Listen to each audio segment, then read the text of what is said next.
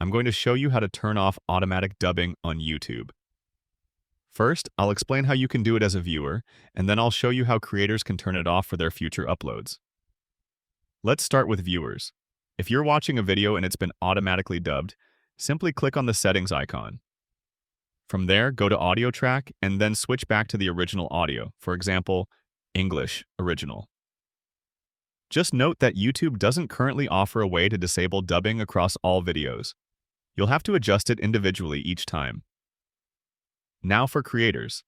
If you want to prevent auto-dubbing on your channel, click on your profile icon in the top right and head over to YouTube Studio. Once inside, go to Settings in the bottom left corner. Then open Upload Defaults, choose the Advanced Settings tab, and scroll down until you see Automatic Dubbing. Simply uncheck Allow Automatic Dubbing and then click Save.